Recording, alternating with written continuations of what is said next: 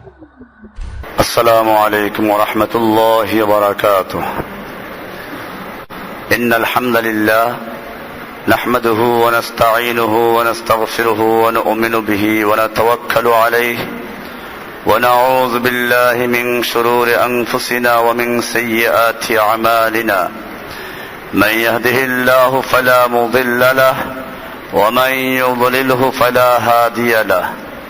وأشهد أن لا إله إلا الله وحده لا شريك له وأشهد أن محمدا عبده ورسوله.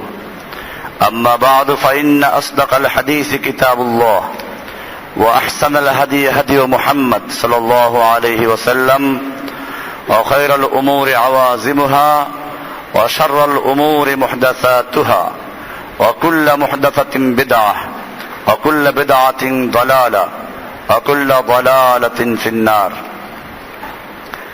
প্রিয় দিনী ভাইরা, আল্লাহ সুবহানাহু ওয়া তাআলার কাছে আমরা শুকরিয়া জ্ঞাপন করছি, যিনি আমাদেরকে জুমার সালাত আদায় করার পরে আবারও দ্বীনের ইলম অর্জন করার জন্য বসার তৌফিক এনায়েত করেছেন। এজন্য বলি আলহামদুলিল্লাহ। আমরা দারসুল বুখারীর কিতাবুল ঈমানের উপর আলোচনা পেশ করছিলাম।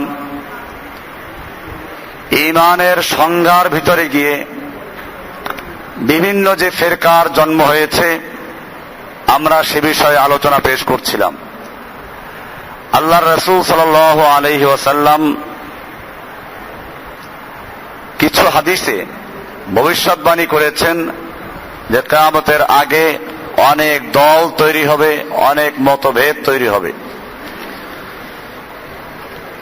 এক হাদিসে আসছে এভাবে যে আল্লাহর রাসূল সাল্লাল্লাহু আলাইহি ওয়াসাল্লাম বলেন, ইন্না বনি ইসরাঈলা তাফাররাকাত আলা সিনতাইন ওয়া সাবঈনা মিল্লা।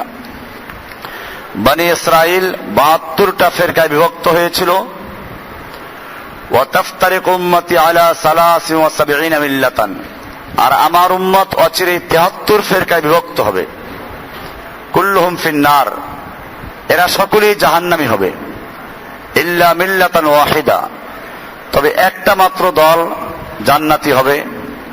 সাহাবায়ে কেরাম জিজ্ঞেস করলেন, ইয়া রাসূলুল্লাহ, সেই দলটি কারা, তাদের কি পরিচয়? আল্লাহর রাসূল সাল্লাল্লাহু আলাইহি ওয়াসাল্লাম বললেন, মা আনা আলাইহি ওয়া আসহাবি, আমি এবং আমার সাহাবীরা যে মতের উপরে, যে পথের উপরে, যে আমলের উপরে, যে আকীদার উপরে আছি, এটার উপরে যারা থাকবে তারাই কেবলমাত্র নাজাত পাবে। আমরা লক্ষ্য করেছি যে আল্লাহর রাসূল সাল্লাল্লাহু আলাইহি ওয়াসাল্লামের দুনিয়ার থেকে চলে যাওয়ার পরেই সাহাবায়ে কেরামদের যুগ শেষ হতে না হতেই সেই দলগুলো তৈরি হয়েছে। আমরা এই দলগুলোকে আলোচনা করার পূর্বে যে কথাটা আগেও বলেছি আবারও পরিষ্কার করতে চাই। এখানে আহলে হকদের মধ্যে কিছু গ্রুপ আছে। আহলুস সুন্নাহ ওয়াল জামাআহ এটা একটা জামা। অবশ্য মুসলিমদের মধ্যে কোনো জামা নেই, এইটা কোনো দলের নাম না। আসলে আহলুস সুন্নাহ ওয়াল জামাআহ কোনো দলের নাম না, এটা একটা পরিচয়। যেমন আমি বললাম যে চট্টগ্রাম যেতে হলে আপনার কাঁচপুর ব্রিজ পার হতে হবে, এরকম লক্ষণ আরো কিছু বলে দিলাম। তো এগুলোর দ্বারা উদ্দেশ্য এই নয় যে রাস্তা কয়েকটা বলা উদ্দেশ্যমান, সিফাত বলে এগুলোকে। এটা যারা বুঝতে না পারে তারা মনে করে যে এটা একটা নাম হয়ে গেল, দল হয়ে গেল। মুহাজির এবং আনসার দুইটা দল না, মুসলিমদের দুইটা দল না, মুসলিমদের দুইটা অংশের সিফাত। মুসলিম সবাই, ওই মুসলিমদের মধ্যে কিছু ছিল যারা মক্কার থেকে হিজরত করে মদিনায় গেছিল, এদেরকে বলা হয় মুহাজির। আর যারা মদিনার লোকেরা এই মুহাজিরদেরকে আশ্রয় দিলেন তাদেরকে বলা হয় আনসার, মানে সাহায্যকারী। মুহাজির শব্দের অর্থ হিজরতকারী, আনসার মানে হচ্ছে সাহায্যকারীর দল। এটা ইসলামের কোন ফেরকা তৈরি করে নেই তারা। ঠিক এরকম আহলুস সুন্নাহ ওয়াল জামাআহ মানে হচ্ছে মুসলিমদের একটা জামাত থাকবে। এই জামার লক্ষণ হচ্ছে তারা সাহাবায়ে কেরামদেরকে অনুসরণ করবে। ওয়াল জামা আই জামাত সাহাবা, আহলুস সুন্নাহ মানে যারা সুন্নাহর অনুসরণ করবে, মানে আল্লাহর রসুলের আদর্শের অনুসরণ করবে। ওয়াল জামা মানে মাল জামা, জামাতুস সাহাবা, জামাতুল মুসলিমিন, মুসলিমিনদের জামার মধ্যে ঐক্যবদ্ধ হয়ে এরকম একটা জামা থাকবে। এটা সম্পর্কে আমরা হাদিসেও দেখতে পাই, আল্লাহ রাসূল সাল্লাল্লাহু আলাইহি ওয়াসাল্লাম বলেছেন যে মুসলিমদের একটা জামা, ওয়াহিয়া আল জামা, আল জামা থাকবে। তো সেই জামাটাকে বলা হয় আহলুস সুন্নাহ ওয়াল জামা, যেহেতু তারা সাহাবীদেরকে অনুসরণ করবেন। এই জামার আকীদা, এর মধ্যে যারা ছোটখাটো বিষয় নিয়ে ইখতিলাফ আছে, বিভিন্ন গ্রুপ আছে, এটা আমাদের ক্লিয়ার হতে হবে। ফিকহি বিষয় নিয়ে, ফিকহার যে মাসলা মাসাইল নিয়ে যে ইখতিলাফ গুলো আছে, এগুলোকে আমরা আকীদার মধ্যে ঢুকাবো না। কারণ উম্মতের আসলাফ যারা চলে গেছেন তারা কেউ বলেন নাই যে কি আছে হানাফি, শাফি, হাম্বলি, মালিকি, এগুলো সেই ফিরকার অন্তর্ভুক্ত। এগুলো আমাদের মনে রাখতে হবে যে ফিকহার উপর ভিত্তি করে। আকীদার ক্ষেত্রে এনাদের মধ্যে কোনো দ্বিমত ছিল না, বেশিরভাগ ক্ষেত্রেই এরা একমত। হ্যাঁ, কিছু কিছু ছোটখাটো বিষয়ে দ্বিমত আছে। আমরা এই আহলে হকদের দুইটা গ্রুপ দেখতে পাই। একটা হচ্ছে মুহাদ্দিসিনদের এক গ্রুপ, এই পক্ষে আছেন ইমাম শাফি, ইমাম মালিক, ইমাম আহমদ ইবনে হাম্বল, ইমাম বুখারী, ইমাম মুসলিম, তিরমিজি, নাসাই, অর্থাৎ মুহাদ্দিসিন, হাদিসের ইমাম যারা, এরা একদিকে। আর একদিকে মুতাকাল্লিমিন, এর মধ্যে আছেন হানাফি মাযহাবের ইমামরা। এদের মধ্যে সামান্য কিছু বেশকম আছে, সেটা আমি গত সপ্তাহে বলেছিলাম, এ সপ্তাহে আরো ক্লিয়ার করার জন্য বলছি। এই ইখতিলাফটা শাব্দিক ইখতিলাফ, শাব্দিক মতভেদ। কিরকম? হানাফিয়ারা বলে ঈমান কাকে বলে? ঈমান বলা হয় ওয়া তাসদীকু বিমা উলিমা মাজিউর রাসূল সাল্লাল্লাহু আলাইহি ওয়াসাল্লাম ইজমালান ফিমা উলিমা ইজমালান ওয়া তাফসীলান ফিমা উলিমা তাফসীলান ওয়াল আমালু শর্তুহু। ঈমান বলা হয় আল্লাহর রাসূল সাল্লাল্লাহু আলাইহি ওয়াসাল্লাম যা কিছু নিয়ে এসেছেন, আল্লাহ রাসূল সাল্লাল্লাহু আলাইহি ওয়াসাল্লাম আল্লাহর পক্ষ থেকে যা এনেছেন সেগুলোর প্রতি বিশ্বাস স্থাপন করা, বিশ্বাস করা, তাসদীক।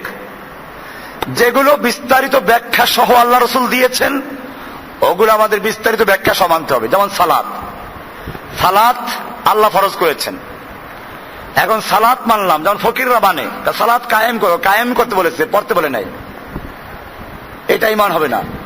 যেটার ব্যাখ্যা আল্লাহ রাসূল দিয়েছেন ওটা ওই ব্যাখ্যা সহ ঈমান আনতে হবে। আল্লাহর রাসূল সাল্লাল্লাহু আলাইহি ওয়াসাল্লামকে আল্লাহ তাআলা মেরাজে সালাত দিয়েছেন, কোরআনে বারবার আসছে আকিমুস সালাত। এই সালাত কেমনে কায়েম করতে হবে তার একটা ব্যাখ্যাও আল্লাহ তাআলা দিয়েছেন। জিবরাইলকে পাঠাইলেন, জিবরাইল জোহরের সময় আসলেন, উযু করলেন, আল্লাহর রাসূলকে নিয়ে উযু করাইলেন, বাইতুল্লাহর সামনে দাঁড়াইলেন, জোহরের নামাজ পড়াইলেন আউয়াল ওয়াক্তে, আসর পড়াইলেন যখন সূর্য ঢলে এক মেসাল পরিমাণ হইল, তারপরে আসর পড়াইলেন, আসর এক মেসালের সময়, আর মাগরিব পড়াইলেন সূর্য ডোবার পরে। এরকম এশা পড়াইলেন সূর্যের যখন ওই যে কিরণ যেটা পূর্ব আকাশে পশ্চিম আকাশে দেখা যায় সূর্য ডোবার পরে, এটা শফাক বলে, এটা ডুবে যাওয়ার পরে। ফজর পড়লেন একেবারে সুবে সাদেক হওয়া মাত্র। এইগুলো প্রথম দিন। দ্বিতীয় দিন জোহর পড়লেন কালকে যে সময় আসর পড়েছিল ওই সময়, মানে এক মেসালের পরে। মাগরিব পড়লেন সেই সূর্য ডুবার সময়, ডোবার পরে। আসর পড়লেন দুই মেসালের সময়, যখন দুই মেসাল, বুখারী হাদিসে এটাই আছে, দুই মেসাল মানে একটা ঠিক দুপুরের সময় একটা লাকড়ি দাঁড় করাইবেন, ওই সময় যে ছায়াটা থেকে ওটা একবার ছায়া আসলি, এটা মৌসুম ভেদে বড় ছোট হয়। শীতের কালে একটু বড় হয়, গরমের দিনে ছোট হয়, মৌসুম ভেদে বড় ছোট হয়। তো ঠিক দুপুরের সময় একটা লাঠি দাঁড় করাইলে পরে যে ছায়াটা হয় এটার নাম কি? ছায়ায়ে আসলি।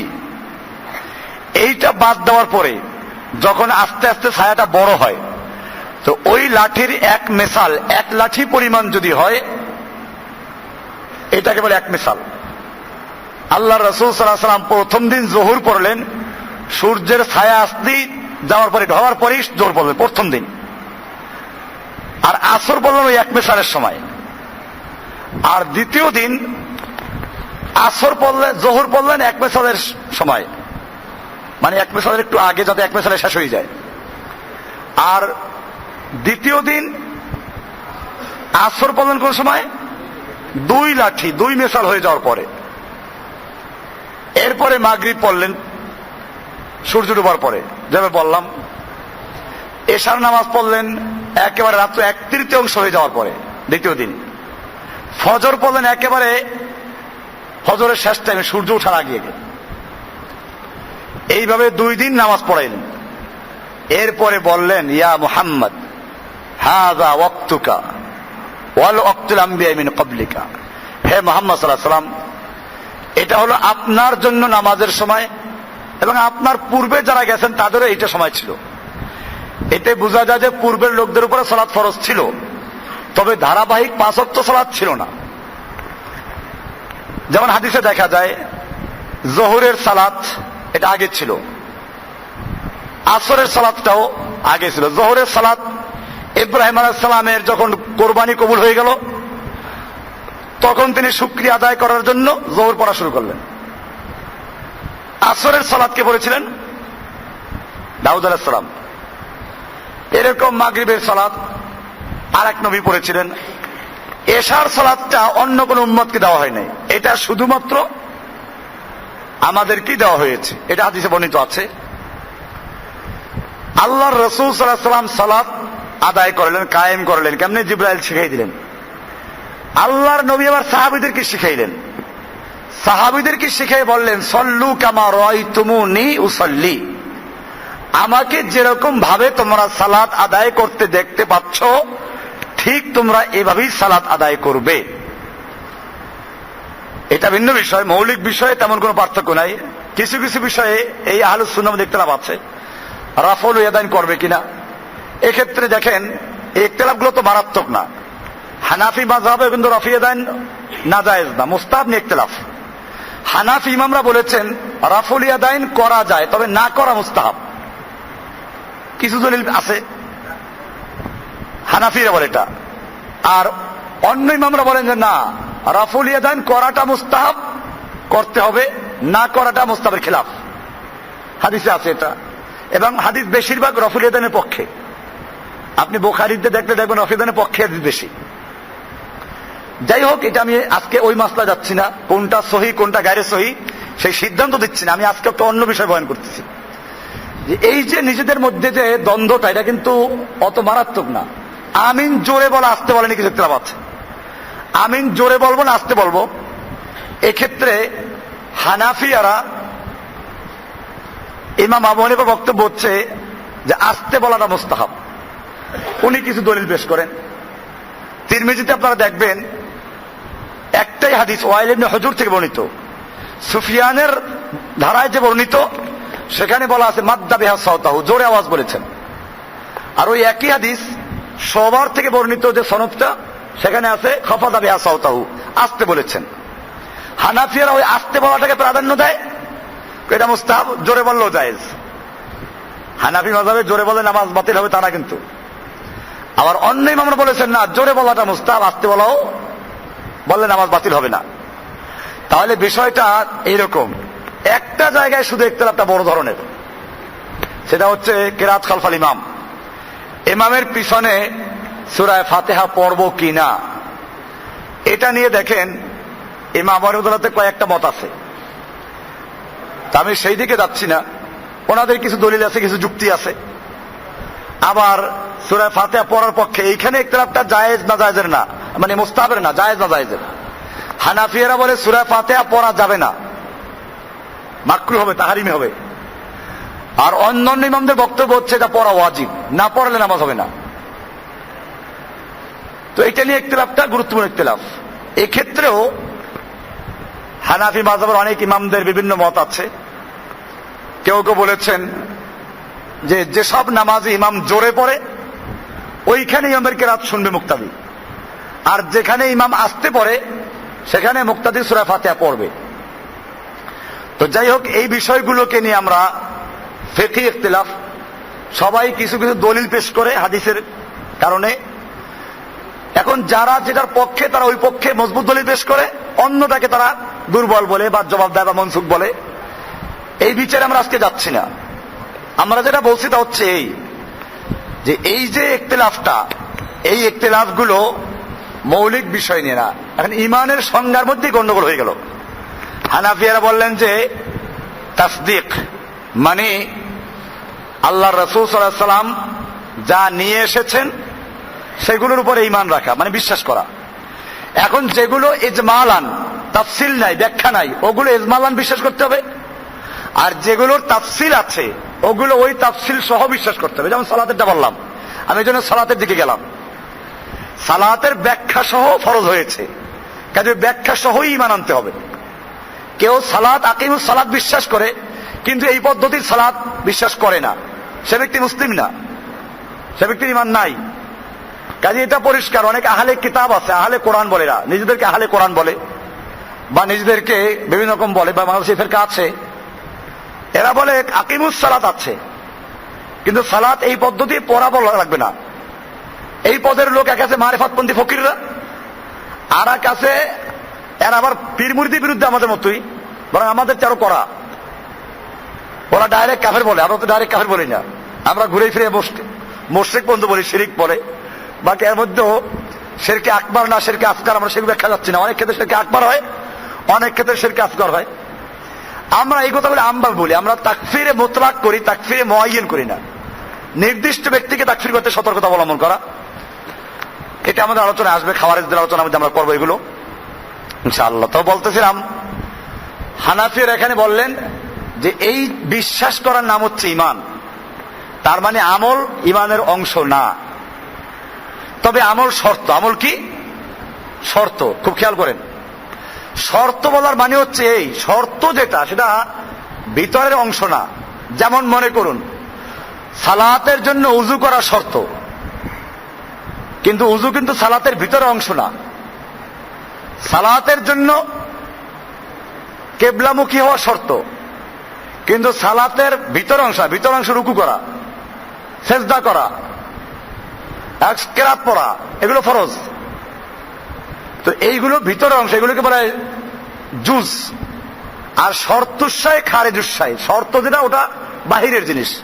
তা হানাফিয়ার আমলকে বললো বাহিরের, আর ঈমান হলো তাসদিকের নাম। অপরদিকে মুহাদ্দিসিনদের যে নামগুলো বললাম, ওনাদের বক্তব্য হচ্ছে না, ঈমান শুধু বিশ্বাস করার নাম না, বরং ওই সালাতের উজুর মতো না, বরং রুকুর মতো, সেজদার মতো। রুকু সেজদা যেমন সালাতের জুজ অংশ, এরকম ভাবে আমলটা ঈমানের অংশ। ঈমানের কি অংশ? এটা বলে কারা? মুহাদ্দিসিনরা। এখন এই দুই পক্ষে দলিল আছে। দুই পক্ষে কি আছে? ইমাম বুখারী এটা দলিল পেশ করেছেন শুরুতে, আমরা ওগুলো পেশ করবো ইনশাআল্লাহ। শুরুতেই বলেছেন আল ঈমানু কওলুন ওয়া আমালুন, কওলুন ওয়া ফি'লুন। ঈমান মুখের স্বীকৃতি এবং আমল, এটা ঈমানের অংশ। এবং এর উপর দলিল পেশ করেছেন। কোরআনে বলা আছে বিভিন্ন বিষয় সম্পর্কে, যেমন কোরআন নাজিল হলে মুনাফিকরা বলতো আইয়ুকুম যাদাতুহু হাযিহি ঈমানা, এটা কার ঈমানকে বৃদ্ধি করলো? আল্লাহ বলছেন ফাআম্মাল্লাযিনা আমানু ফাযাদাতুহুম ঈমানা, যারা মুমিন তাদের ঈমান বাড়ে কমে। তাহলে এই যে ঈমান বাড়ে, তো বাড়ে, ঈমান বাড়ে কিসের কারণে? আমল বাড়ার কারণে। তাহলে এটা আমল ঈমানের অংশ। এভাবে দলিল পেশ করেছেন।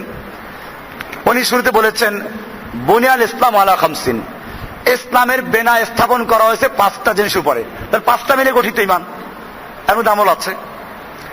এই জন্য উনি বলেছেন হুয়া কওলুন ওয়া ফি'লুন ওয়া ইয়াজিদু ওয়া ইয়ানকুসু, ঈমান বাড়ে কমে, ঈমান বাড়ে কমে। হানাফি মাযহাবে ইমাম আমানুল্লাহ বলছেন, বা মুতাকাল্লিমিন বলতে পারেন এদেরকে, এরা বলছেন যে ঈমান যেহেতু তাসদিকের নাম, এটা বারে কমে না। ওনারা এই আয়াতগুলোর জবাব দেন কি? দেখেন আগে মুহাদ্দিসিনদের দলিলগুলো দেখেন। কোরআনে অনেকগুলো আয়াত নিয়ে আসলেন এখানে, লিয়াজদাদু ঈমানাম মা ঈমানিহিম, যাতে করে তাদের ঈমানের সঙ্গে আরো ঈমান বৃদ্ধি পায়, এক আয়াত। আর এক আয়াতে বলছেন ওয়াজিদনাহুম হুদা, আমি তাদের হেদায়েতকে বৃদ্ধি করে দিয়েছি। আর এক আয়াতে বলছে ওয়ায়াজিদুল্লাহুল্লাযীনা হাতাদাউ হুদান, যারা হেদায়েত প্রাপ্ত তাদের হিদায়েত আরো ঈমান বৃদ্ধি পায়। এরকম ভাবে ওয়ায়াজদাদুল্লাযীনা আমানু ঈমানান, যারা মুমিন তাদের ঈমানকে আল্লাহ বৃদ্ধি করে দেন। আর এক আয়াতে বলা হয়েছে ফাআম্মাল্লাযীনা আমানু ফাযাদাতুহুম ঈমানা, যারা ঈমান তাদের ঈমান বৃদ্ধি পায়। এরকম ভাবে মক্কার কুফফাররা মদিনার লোকদেরকে ভয় দেখাবার জন্য বলেছিল ইন্নান নাসা ক্বাদ জামাউ লাকুম ফাখশাউহুম, তোমাদের বিরুদ্ধে বিশাল সেনা সমাবেশ করা হয়েছে, ফাখশাউহুম, তোমরা ভয় করো, তোমরা পারবে না, তোমাদের শেষ করে ফেলবে। ফাযাদাহুম ঈমানা, এতে তাদের ঈমান আরো বাড়ছে। এরকম বলা হয়েছে আল হুব্বু ফিল্লাহ ওয়াল বুগদু ফিল্লাহ মিনাল ঈমান, হুব্বু ফিল্লাহ বুগদু ফিল্লাহ, আল্লাহর জন্য ভালোবাসা, আল্লাহর জন্য সত্যি ঈমানের অংশ। এরকম বলা আছে ঈমানের 72টা শাখা আছে, 77টা শাখা আছে। এই সবগুলো মিলাইলে বোঝা যায় কি ঈমান একটা মোরাক্কাব। মোরাক্কাব মানে যেমন ভর্তা, আলু, পেঁয়াজ, মরিচ, এগুলো ভর্তার রোকন, জুস, এইগুলো মিলে কি হয়? ভর্তা হয়। তো এরকম এই সবগুলো মিলেই হলো ইসলাম, ঈমান অংশ। এই জন্য মুহাদ্দিসিনদের কাছে যখন ঈমানের সংজ্ঞা জিজ্ঞেস করবেন, তখন তারা বলবে ঈমান কাকে বলে? আল ঈমান ও কওলুন ওয়া ফি'লুন, ইকরারুন কওলুন ওয়া ফি'লুন আমালুন।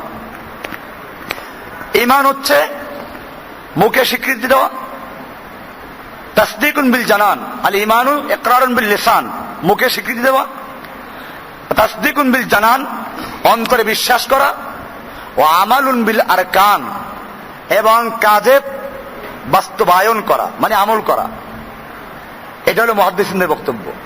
কিন্তু এখানে আমি এই কথা স্পষ্ট করতে চাই, আগেও বলেছি, এই যে মুহাদ্দিসিনরা আমলটাকে ঈমানের অংশ বললেন, অংশটা কোন ধরনের অংশটা আমাদের খেয়াল করতে হবে। এখন অংশ না হইলে জিনিসটা হয় না। আরবিতে প্রবাদ আছে, ইন্তেফাউল জুজ ইয়াস্তালজিম ইন্তেফাউল কুল, একটা জুজ যদি না থাকে পুরো জিনিসটাই শেষ হয়ে যায়। এখন আমলকে ঈমানের অংশ বলা হয়েছে, মুহাদ্দিসিনরা অংশ বলেছেন ঠিকই, কিন্তু এইরকম বলেন নাই যে আবার একটা জুজ গেলে ঈমান শেষ, কাফের হয়ে গেছে। এই জন্য আহলুস সুন্নাহ ওয়াল জামার বক্তব্য হচ্ছে ওয়ালা নুকাফফিরু বিযামবিন, গুনাহে কাবীরা করলে আমরা তাকে কাফের বলবো না, মা লাম ইস্তাহিল আও ইস্তাহজি, যতক্ষণ পর্যন্ত সে ওই গুনাহটাকে হালাল মনে করে না করবে, অথবা উপহাস না করবে, মজাক না করবে, তুচ্ছ তাচ্ছিল্য না করবে। যেমন আমাদের যুগে অনেকে বলে আল্লাহর এই আইন এই যুগে চলে না, এটা নিয়ে উপহাস করে, মজাক করে, এদের ঈমান থাকবে না। আর একটা হচ্ছে মানে কিন্তু করতে পারে না, একে আহলুস সুন্নাহ ওয়াল জামাত কাফের বলে না। তবে এর মধ্যে ব্যতিক্রম আছে সালাতের বিষয়টা, এটা আমি আগে আলোচনা করেছি। কিন্তু একজন রোজা রাখলো না, তাই কাফের বলা হয় না। তাহলে বুঝা গেল ওনারা জুজ বলেছেন, অংশ বলেছেন। এই অংশ বলার মানে এই নয় যে এই অংশটা না পাইলে সেই ঈমান থেকে খারিজ হয়ে গেছে, এটা পরিষ্কার। মুহাদ্দিসিনদের সঙ্গে কথার মিল আছে মুতাজিলা এবং খাওয়ারিজদের। কাদের? তারাও বলে ঈমান এই তিনটা জিনিসের সমন্বয়ে গঠিত। পার্থক্যটা কোন জায়গায়? মুহাদ্দিসিনরা বলেন নাই যে একটা গুনাহ করলেই সে কাফের হয়ে গেছে, কিন্তু মুতাজিলা খাওয়ারিজদের বক্তব্য হচ্ছে গুনাহে কাবিরা করলে সে ইসলাম থেকে খারিজ হয়ে যায়, ইসলাম থেকে খারিজ হয়ে যায়। খারিজ হইয়া গেল, এখন কোথায় গেল? কাফের হয়ে গেল কিনা, কাফেরে ঢুকলো কিনা, এইখানে আবার ওদের মধ্যে আবার দ্বিমত। খাওয়ারেজ বলে ইসলাম থেকে বের হয়ে গেছে, তো কই যাবে? কাফের হয়ে যাবে, কাফের। আর মুতাজিলা বলে ইসলাম থেকে বের হয়েছে ঠিক, কিন্তু কাফের হয় নাই। কোথায় আছে? মাঝখানে আছে, মুজাবজাব। মুযাবযাবিনা বাইনা যালিকা লা ইলাহা হাউলাই ওয়া লা ইলাহা হাউলাই। ওরা মাঝামাঝি আছে, ওরা না মুমিনদের দলে না কাফেরদের দলে, মাঝখানে থাকবে, কিন্তু পরিণতি এক। মুতাজিলারাও বলে যে এইরকম গুনাহে কাবিরা যে করলে ইসলাম থেকে খারিজ হয়ে গেল, এই অবস্থায় মরলে সে জাহান্নামী চিরস্থায়ী। আর খাওয়ারিজরাও বলে জাহান্নামী। এই ফলাফলে এক, নতিজা এক, রেজাল্ট এক। তাহলে আমি বলছিলাম যে এই লোকগুলো বাজাহের বাহ্যিক ভাবে ঈমান আমল ঈমানের অংশ, এই কথায় মুতাজিলা খাওয়ারিজরা মুহাদ্দিসিনদের সাথে এক, কথাটা মিলে, কিন্তু বাস্তবে অনেক পার্থক্য আছে। অপরদিকে মুতাকাল্লিমিন তথা হানাফিয়াদের সাথে মুরজিয়াদের মিল আছে।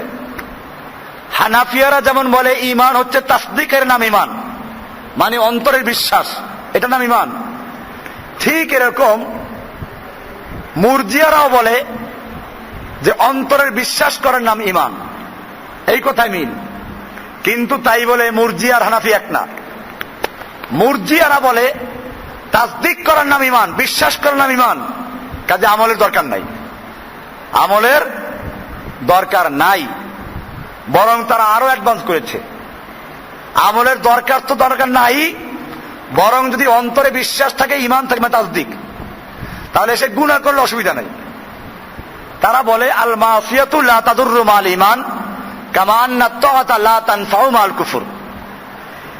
কাফের অবস্থায় গুনাহ করলে, পাপ করলে যদি কোনো ক্ষতি না হয়, কি বললাম, কাফের অবস্থায় ইবাদত করলে যদি কোনো লাভ না হয়, কাফের অবস্থায় নামাজ পড়লো, রোজা রাখলো, হিন্দু, খ্রিস্টান, বৌদ্ধ, কাফের অবস্থায় ইবাদত করলে কোনো লাভ আছে? সবাই বলে লাভ নাই। তো কাফের অবস্থায় ইবাদত করলে যদি কোনো লাভ না থাকে, তাহলে ঈমান অবস্থায়, মানে ওই যে অন্তরে বিশ্বাস তাসদিক, ঈমান অবস্থায় গুনাহ করলেও কোনো অসুবিধা নাই। এদের নাম কি? মুরজিয়া। এদের নাম কি? মুরজিয়া। আমার দেশে যে একদল লোক আছে যে নামাজ না পড়লে কি হবে, ঈমান ঠিক আছে, এরা বাস্তবে মুরজিয়া। বাস্তবে কি এরা? যদিও এরা জানে না যে তারা মুরজিয়া, ওরা জানে না যে কি, ওরা জানে না ওরা মুরজিয়া, কিন্তু আসলে ওরা কারা? মুরজিয়া। এটা মুরজিয়াদের বক্তব্য। এই মুরজিয়ারা বাজাহের বাহ্যিক দৃষ্টিতে তাসদিকের নাম ঈমান, এই হিসেবে তারা হানাফিয়াদের দিক সাথে মিল আছে। কিন্তু হানাফিয়ারা বলে না এই কথা যে আমল দরকার নেই, বরং আমল কি শর্ত। তো শর্ত না থাকলে তো মশরুত শেষ হয়ে যায়। আর ওরা বলে আমল দরকার নাই। এই জন্য মনে রাখতে হবে আহলুস সুন্নাহ ওয়াল জামার যে গ্রুপগুলো, এদের মধ্যে ইখতিলাফটা ওই ইখতিলাফ না যেটা ওদের সাথে আমাদের ইখতিলাফ। তাহলে মুহাদ্দিসিনরা ঈমানকে, আমলকে ঈমানের অংশ বলেছেন, কিন্তু এমন অংশ না যে অংশ পালন না করলেই কাফের হয়ে যায়। আর অপর দিকে হানাফিয়ারা অংশ বলেন নাই, তার মানে এই বলেন নাই যে আমল দরকারই নাই, আমল দরকার। তাহলে কাছাকাছি এসে গেল না? তাহলে এই ইখতিলাফটা অত মারাত্মক ইখতিলাফ না। আসলে ইখতিলাফ আমাদের কাদের সাথে? মুরজিয়াদের সাথে, জাহমিয়াদের সাথে, কাররামিয়াদের সাথে, খাওয়ারিজদের সাথে, মুতাজিলাদের সাথে, শিয়াদের সাথে। আমরা এই জন্য এক একটা ফেরকা নিয়ে আলোচনা করব। আলোচনা আজকে হলো খাওয়ারিজদের সম্পর্কে। খাওয়ারিজ একটা ফেরকা। এই খাওয়ারিজ খারেজি থেকে আসছে। খাওয়ারিজ এদের বিভিন্ন নাম আছে। এদের নাম আছে হারুরিয়া, এদের আর এক নাম আছে আল বুগাত, আর এক নাম আছে আল হাকামিয়া আল মুহাক্কিমা, আর একটা নাম আছে আল মারেকা, আর একটা নাম আছে আশুরাত, আর একটা নাম আছে নওয়াসিব, আবার নাসি। এটা খারেজি সম্প্রদায়। এই সম্প্রদায়ের উৎপত্তি হয়েছিল মূলত হযরতে ওসমানের শেষ দিকে, বিশেষ করে আলীর খেলাফতের সময়। ওসমান রাদিয়াল্লাহু তাআলা আনহুকে যারা হত্যা করেছিল মূলত আব্দুল্লাহ বিন সাবার গ্রুপ। আব্দুল্লাহ বিন সাবা একটা ইহুদি। এই ইহুদি মদিনায় গেল, ওসমানের হাতে বায়াত দিয়ে ইসলাম গ্রহণ করলো। এরপরে সে নিজে বড় বুজুর্গ হলো। বুজুর্গ, এই বুজুর্গরাই সর্বনাশ করেছে যুগে যুগে। এমন বুজুর্গ হলো যে মদিনায় কয়েকদিনের মধ্যে তার নাম ছড়াই পড়লো, আল্লাহর ওলি একজন পাওয়া গেছে। লোকেরা এখন তার কথা শুনে, তার কথা মানে। এরপরে আস্তে আস্তে সে চক্রান্ত শুরু করলো যে আল্লাহর নবীর পরে খলিফা হওয়ার উপযুক্ত ছিল আলী। এই যে খলিফা না বানাইয়া আবু বকর, ওমর, ওসমানরা খলিফা হইলে ঠিক করে নাই। ওসমানের বিরুদ্ধে বিভিন্ন অপবাদ দেওয়া শুরু করলো। ওসমান রাদিয়াল্লাহু তাআলা ধনী ছিলেন, তিনি তার আত্মীয় স্বজনদেরকে সাহায্য করতেন, এটাকে নিয়ে গেল স্বজনপ্রীতি। এইভাবে কিছু অভিযোগ তৈরি করলো। ওসমান রাদিয়াল্লাহু তাআলা যখন টের পাইলেন বিষয়টা, তাকে ডাকাইলেন, ডাকাইয়ে তাকে সাবধান করলেন। লোকটা বুঝতে পারলো যে আমার চক্রান্ত ধরা পড়ে গেছে। এবারে সে মদিনা থেকে সরল, চলে গেল ইরাকের মুসেল এলাকায়। মুসেল, এই দেখবেন ও যেখানে যেখানে গেছে ওখানে বেদাত তৈরি হয়েছে। এই বেদাতে মিলাদের বেদাত তৈরি হয়েছে মুসেলে। মুসেলে গিয়ে একই কারবার শুরু করলো, সেখানে বিরাট দল তৈরি করে ফেললো। মুসেলে যে তৎকালীন খলিফার পক্ষ থেকে, ওসমানের পক্ষ থেকে গভর্নর ছিল, সে যখন টের পাইলো তাকে ডাকাইলো, সাবধান করলো। ও ওখান থেকে পালাই গেল, গেল মিশরে। মিশরে গিয়ে সে ব্যাপকভাবে কাজ করলো এবং গোপনে গোপনে কাজ করে সে একটা জামাত তৈরি করলো, ফাতেমি, মানে নবীর পরিবারের মহব্বতে ফাতেমি। আমাদের দেশে দেখবেন কিছু বক্তা বের হয়েছে, দেখবেন এরা শিয়াদের এজেন্ট। ফাতেমা, হাসান, হুসাইন, নামটাও ভালো করে বলতে পারে না। হাসাইন, হুসাইন কি বলে? ওই যে ভৈরবের কি একটা আছে না, ক্যাসেটের বক্তা তফাজ্জল, ও বক্তব্য বলে হাসাইন হুসাইন। কি বলে? হাসাইন হুসাইন। এ শুধু একটা হাফেজ, আলেমও না। আমি তো ওর এলাকায় আমি প্রতি মাসে একবার প্রোগ্রাম করি। তো যাই হোক, এই লোকগুলো দেখবেন ওয়াজ করে কেবল সুর দিয়ে। কিসের? কেন আল্লাহর নবীর মেয়ে আর ছিল না? আল্লাহর নবীর মেয়ে কি শুধু ফাতেমাই? আর কোনো মেয়ে নাই? আল্লাহর নবীর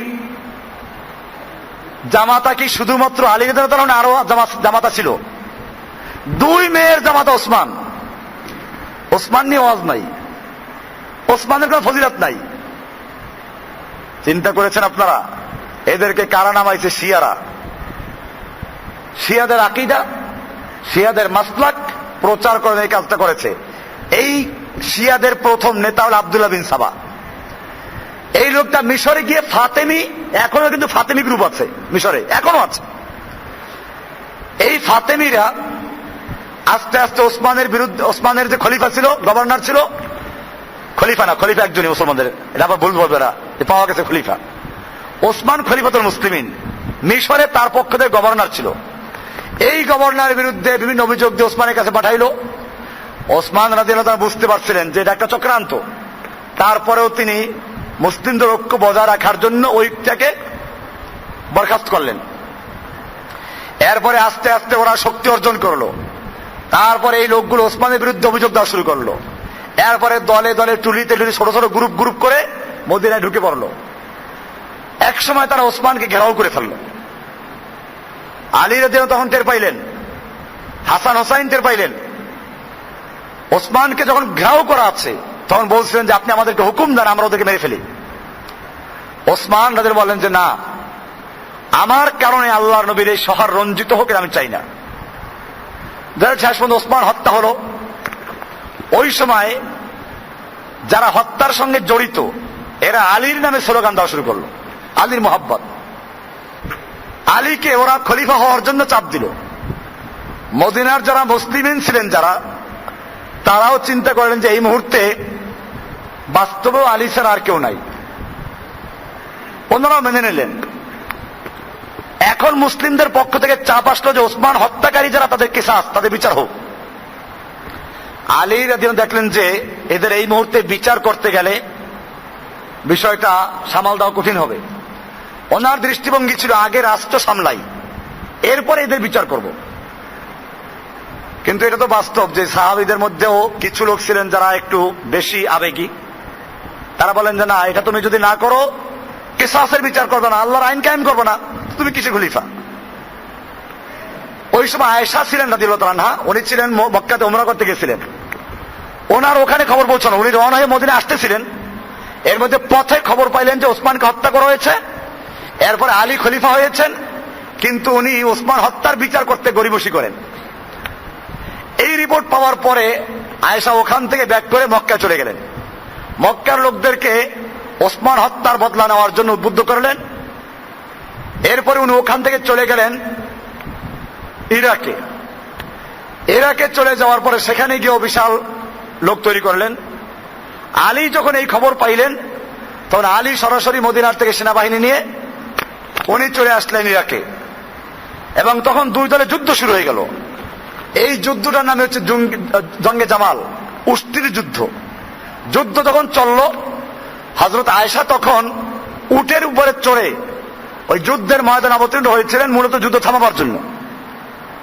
কিন্তু আলীর পক্ষে যারা ছিল এরা তো বেশিরভাগ ছিল ওই যে ওসমান হত্যার সঙ্গে জড়িত, এবং ওই যে ইহুদি আব্দুল্লাহ বিন সাবার চক্রান্তের শিকার। এরা হয়তো আয়েশাকে কেন্দ্র করে তীর মারা শুরু করলো, এবং আয়েশা রাদিয়াল্লাহু তাআলা আনহাকে হেফাজত করার জন্য তখন তার সঙ্গে যে সাহাবীরা ছিলেন, মুসলিমরা ছিল, তারা মানববর্ম হয়ে গেল। অনেক সাহাবী শহীদ হয়ে গেল। শেষ পর্যন্ত আয়েশা একা হয়ে পড়লেন। আলী রাদিয়াল্লাহু তাআলা আনহু আয়েশাকে নিয়ে তারপরে আবার সসম্মানে মদিনায় পৌঁছাইলেন। এই ছিল সিফফিনের যুদ্ধের সূত্র। এটা তো এই সময় শেষ হয়ে গেল। এরপরে এইটাকে কেন্দ্র করে সামনে আরো বাড়লো, শুরু হলো আমিরে মুআবিয়ার সঙ্গে যুদ্ধ। আমিরে মুআবিয়া ছিলেন সিরিয়া শাম এলাকার গভর্নর ওসমানের পক্ষ থেকে। তো আলীকে বায়াত দেওয়ার পরিবর্তে উনি বললেন যেখানে এদের বিচার করতে হবে, এবং ওনার সঙ্গে কিন্তু সাহাবীদের একটা বড় অংশ ছিল। ওনাদের দাবি ছিল ওসমান হত্যার বিচার আগে হবে, তারপরে খলিফার অন্যান্য কাজ হবে। কিন্তু এটা আলী রাদিয়াল্লাহু তাআলা করলেন না, যে কারণে এদের মধ্যে আবার যুদ্ধ হলো। এই যুদ্ধটা ছিল জঙ্গে সিফফিন, সিফফিনের যুদ্ধ। এই যুদ্ধে আলীর পক্ষের লোকেরা বিজয়ের ধার প্রান্তে চলে গেছিল, আমিরে মুআবিয়ার লোকেরা পালাচ্ছিল। অল্প কিছু সংখ্যক লোক ছিল ময়দানে। এই সময় আলীর পক্ষের একজন চালাক লোক ছিল আমিরে মুআবিয়ার পক্ষে, এবং খুব ভালো সাহাবী। আমরা বয়ান করতে গিয়ে আবার দুই একটা কথাই দেখছিত হয়ে যায়। আমর ইবনুল আস রাদিয়াল্লাহু তাআলা আনহু, ইনি কাতিব ওহী জগতের মধ্যে একজন খুব বিশিষ্ট সাহাবী। তাহলে আমিরে মুআবিয়ার সঙ্গে বড় বড় সাহাবীরা ছিলেন। উনি পরামর্শ দিল যে তোমরা একটা কাজ করো, কোরআন শরীফ বর্ষারূপ মাথায় কোরআন রেখে ওদেরকে আহ্বান করো, আমরা কোরআন দ্বারা ফয়সালা করো, যুদ্ধ করবো না। আলী রাদিয়াল্লাহু তাআলা তখন বললেন যে না, যুদ্ধ চালাও, এটা চক্রান্ত। কিন্তু ওই যে আলীর পক্ষে লোকগুলো ছিল, এদের মধ্যে কিছু লোক ছিল, তারা বললে আলী, ওরা আমাদেরকে আহ্বান করে কোরআনের দিকে, আর তুমি আমাদেরকে আহ্বান করো যুদ্ধ করার দিকে। তুমি ওদেরকে তোমার কমান্ডারকে বলো। উস্তুর আন-নাখাই ছিল আলীর কমান্ড, যে যুদ্ধের সেবাতলার, তার নাম ছিল উস্তুর ইবনে আল-নাখাই। উস্তুরকে ডেকে আনো, তাকে যুদ্ধ করতে বারণ করো, না তোমার বিরুদ্ধে আমরা যুদ্ধ করবো। ওসমানের সঙ্গে যা করা হয়েছে তোমার সঙ্গে তাই করবো, আর তোমাকে হত্যা করবো। আলী রাদিয়াল্লাহু তাআলা আনহু বাধ্য হয়ে এই ফয়সালা মেনে নিলেন। ওইখানে আলোচনা হলো, দুই পক্ষের দুইজন সালিস নিয়োগ করা হলো। আলীর পক্ষে আবু মুসা আশআরী রাদিয়াল্লাহু তাআলা আনহু, অপরদিকে আমিরে মুআবিয়ার পক্ষে আমর ইবনুল আস রাদিয়াল্লাহু তাআলা আনহু। দুইজনে অনেক বড় সাহাবী, প্রবীণ সাহাবী। এই দুইজনে সিদ্ধান্ত দিবেন। ওনারা 6 মাস সময় নিলেন। এই 6 মাসের মধ্যে ওনারা একটা সিদ্ধান্ত দিবেন, সেটা দুই পক্ষেই মানতে বাধ্য। এই সময় আলীর পক্ষের কিছু লোকেরা তারা বলে এটা হবে না। এই শুরু হলো, তুই সালিশ বানাইলে কি জন্য? সালিশ মানা যাবে না। ইনিল হুকমু ইল্লা লিল্লাহ, কথা সত্য, উদ্দেশ্য খারাপ। আল্লাহ ছাড়া কারো হুকুম চলবে না। আল্লাহ ছাড়া কারো হুকুম, তো কথা তো ঠিকই করে আয়াত। উদ্দেশ্য খারাপ, উদ্দেশ্য হলো তুমি যে সালিশ মানলে এটা চলবে না।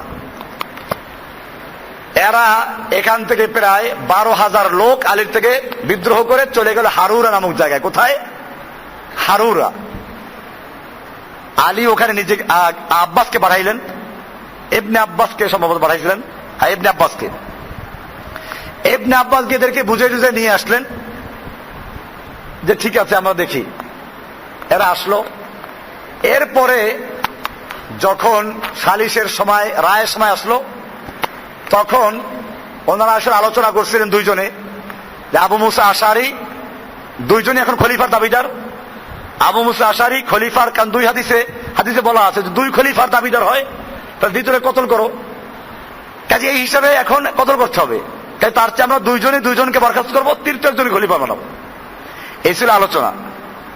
তো আলী রাদিয়াল্লাহু পক্ষ যে আবু মুসা আশারি, উনি সবার সামনে দাঁড়াই বললেন যে আমি আলীর পক্ষে ঘোষণা করছি যে আলী রাদিয়াল্লাহু তাআলা খেলাফতের দাবির থেকে সরে গেলেন।